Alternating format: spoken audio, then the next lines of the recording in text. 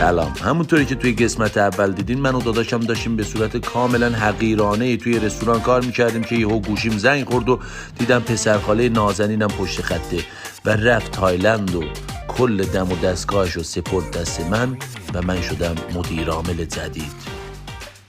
خب برای شروع آقایون بشین پاشو میرن و خانوما میشمرن. به خاطر اینکه انرژی خانوما هم نیفته 100 تومن به خانوما پاداش میدیم و اونم از حقوق آقایون کم میشه و به آقایون تعلق داده میشه. آقایون مشکلی ندارن یا چی؟ آهان.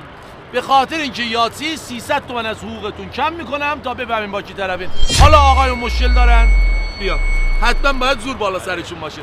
خانوما بشمرن. 1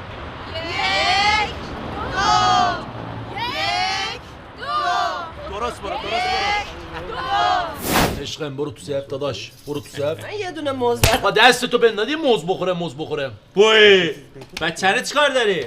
داداش دورت بجرم بچه‌ست یا میمونه؟ ما خانوادگی موز ندیده ایم.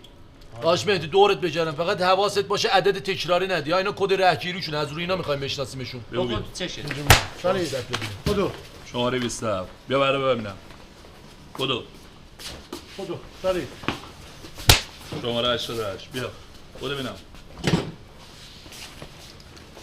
84 بیا بگی ببینم بدو.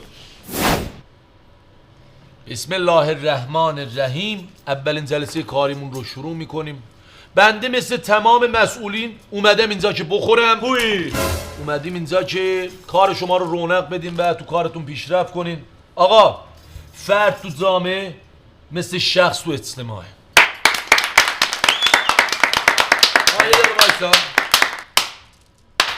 من دارم چرت و پرت میگم خودم نفهمیدم چی میگم. واسه ضرب میدین الکی. آقا ما از الان وارد یه رکود اقتصادی شدیم.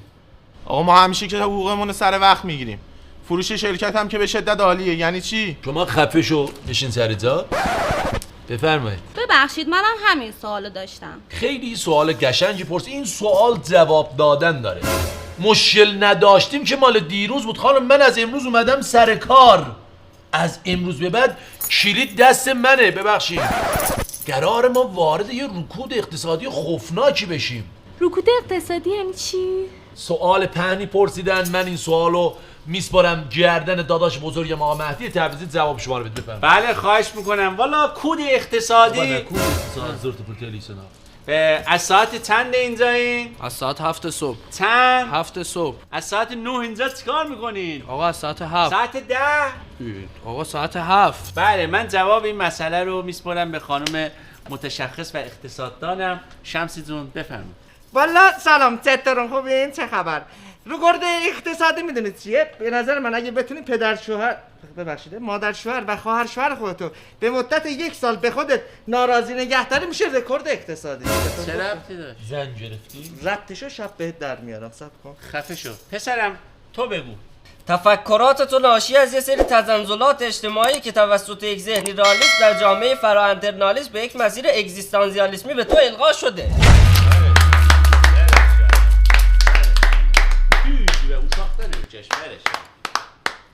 درسته هیچ ربطی نداشت ولی به خاطر این حرکتت 50 تومن بهت پاداش میدم که حرفای گلم بسولم. یه موز بردار. 2 تا موز بده بهش. 2 تا موز بردار. ببخشید اگه فعالیتمون زیاد باشه و فروش بیشتر داشته باشیم پاداش هم داریم؟ از این زیب به اون زیبه. یعنی چی؟ یعنی از حقوق آقایون کم میشه به حقوق خانوما اضافه میشه. رو ما هم تاثیر نداره.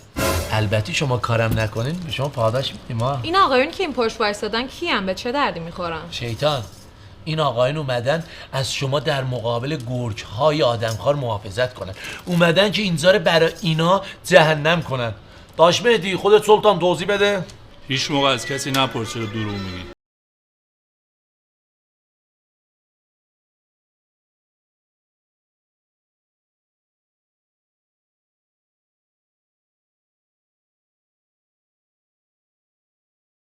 چه ربطی داشت؟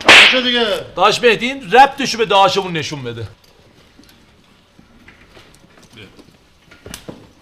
این عاشق این گانه کردن شما. 51 توف به. آقا همین که 4 ستون بدنتون سالمه برین خداتون رو شکر کنین. الکی هم ادای حال بدا رو در نیارین زون دلا.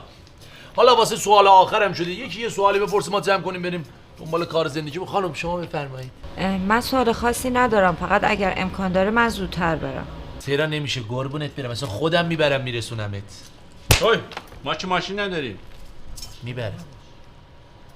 به قفسه بندی وکیلی خوش اومدید. این قفسه های صنعتیمون خوراک سوله است. از 2 متر ارتفاع داره تا 12 متر. هر طبقش هم 1 تن تا 3 تن بس تحمل میکنه. اینا که نوع کار کردنش هم بخواید قیمت مناسب داریم. شما که حضوری اومدید اگه تلفنی خواستید 0912 1700 1800 پاسخگوتونیم. برداشتم شیشه های ماشین دودی کردم کسی از بیرون ما رو نبینه.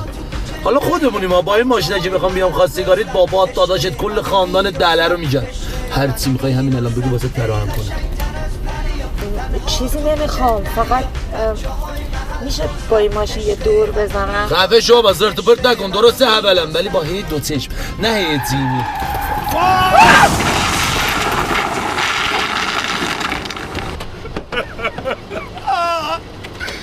وای بدبخت شدم.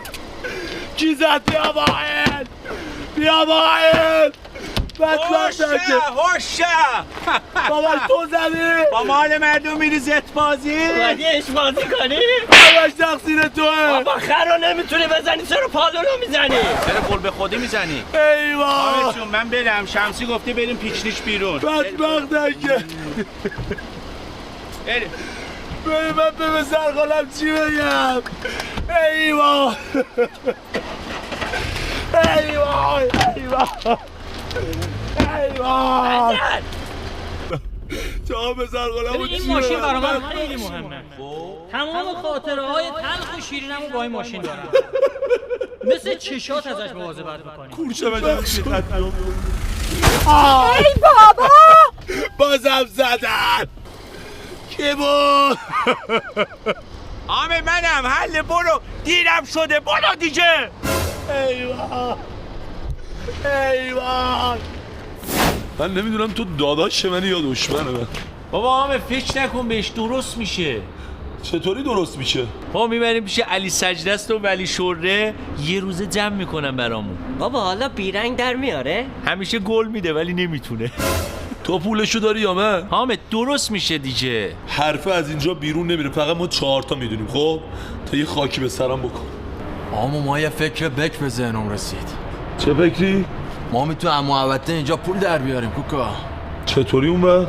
ما یه رفیق دارم کارگردان هالیوود و بالیووده. این داره یه فیلمی میسازه، احتیاج به یه لوکیشن خفن داره، خوب پولی هم میده کوکا. یه روزم بیشتر وقتمون رو نمیگیره. بدو بده.